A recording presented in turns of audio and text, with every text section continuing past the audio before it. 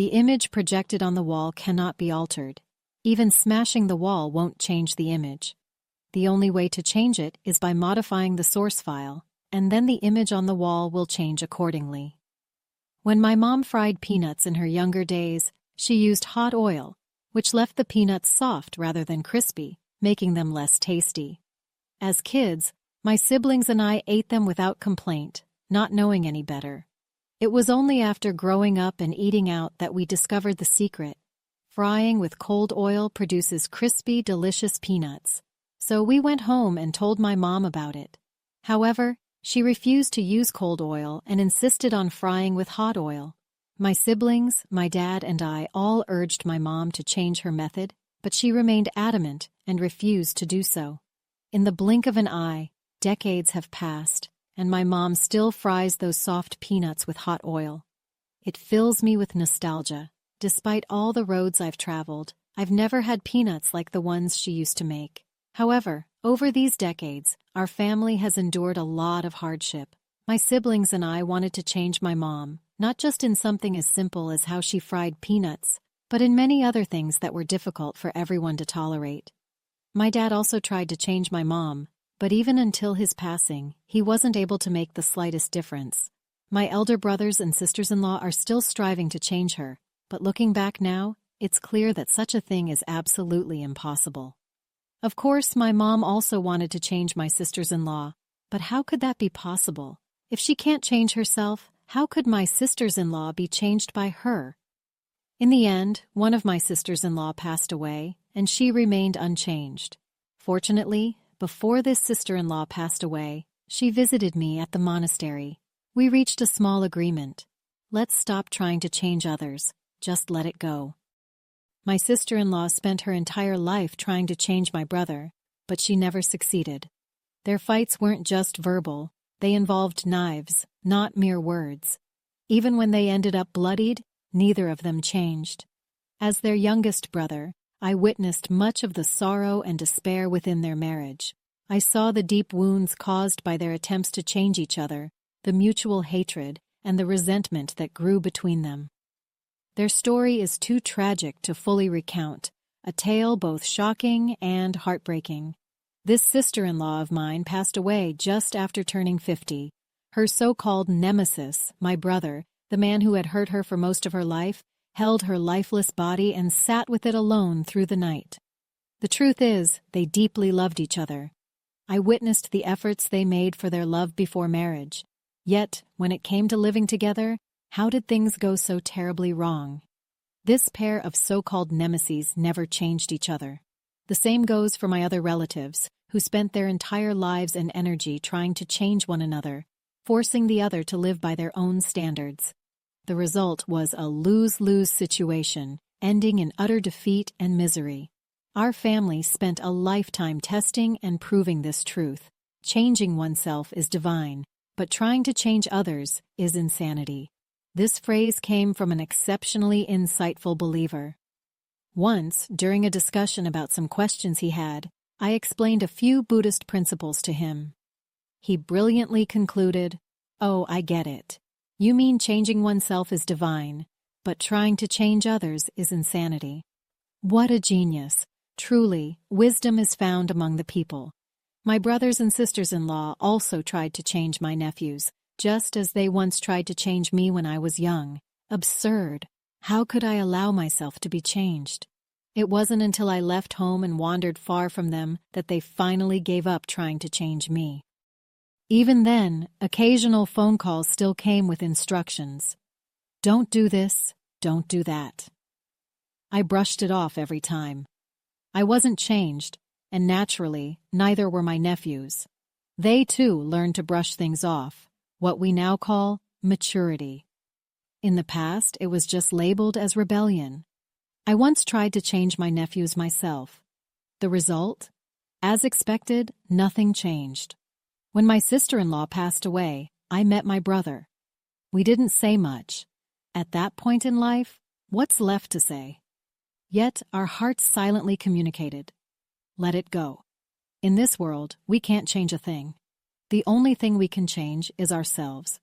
Truly, if anyone disagrees, Let them come forward and try. The world we perceive through our eyes, ears, nose, tongue, body, and mind, what we call form, sound, smell, taste, touch, and thought, is a process governed by strict cause and effect principles. It is the result of karma and dependent origination, much like a projector casting the story of our lives onto a wall. We mistakenly believe there is a self and an external world we confront. The images projected on the wall cannot be changed. Smashing the wall won't alter them. We can only change the source file. Once the source file is changed, the images on the wall will change. Each person must rely on their inner transformation, reducing attachment to the self and ultimately letting go of the ego altogether. It's akin to each of us editing our own source file. Only then can the projected images change. The previous images are forever unchangeable, but fortunately, they are impermanent and illusory. However, without modifying the source file, the illusory life ahead will inevitably worsen, leading to predictable tragedy and boundless suffering. The pain has no limits. My parents lived their entire lives in suffering.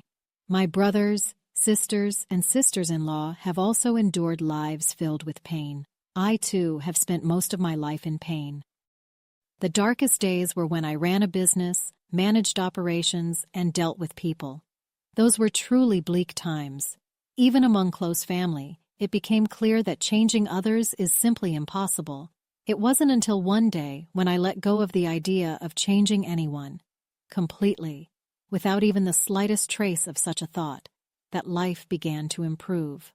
Only then did I start to feel a hint of happiness in daily life, a glimpse of the dignity and joy of being human.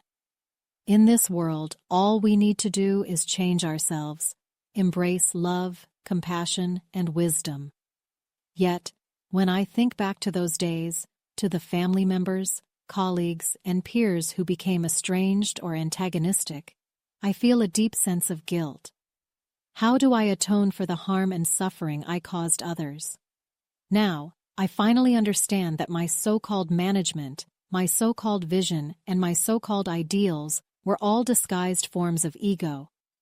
The desire to control, to possess, to change others, all of it led to oppression, manipulative kindness, hypocrisy, deceit, transactional relationships, moral coercion, and even various forms of psychological control. After ordaining as a monk, I've come to learn that the essence of life lies in complete equality. The non-duality of all things dissolves the boundaries between self and other. There is no inner or outer. Roots and dust, mind and environment are all one. The spirit of the precepts embodies compassion, equality, and true freedom. Practicing as a monastic has brought profound meaning to my life. The gradual understanding of the Dharma has made all the beauty in life truly possible. Not trying to change others doesn't mean refraining from creating beauty or building a better world. Instead, it means learning to give others the time and space they need, showing compassion, understanding, respect, and love without any justification to overpower or bully them. Truly understanding that the excuse, "I'm doing this for your own good," to change others, is actually a reflection of selfishness and ignorance is transformative. Only by using compassion and wisdom to awaken the inner drive for self-change can true transformation and awakening be possible. Trying to change others is a form of oppression. Managing others is also a form of oppression. Wherever there is oppression, there will be resistance. Some concepts in modern management are correct in principle, but in practice I found that the more I tried to manage, the more painful, tragic, chaotic, and neurotic the process became. Just like the tragedies within my own family. The problem isn't with the theories, but with the lack of a compassionate heart filled with love for others. When the heart seeks control and exploitation, even the best methods become poisonous. After ordaining as a monk, I realized that the Dharma world is one of loving others, not controlling them. It is a world of equality among all beings, free from unchecked power and the greed that clings to benefits.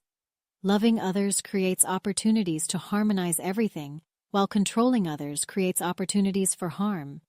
Only by changing ourselves and completely letting go of the urge to change others, and the various justified or unjustified standards we hold, can we truly see ourselves clearly. Only then can we understand and learn to love others. This balance enables us to manage worldly and spiritual pursuits with wisdom and care.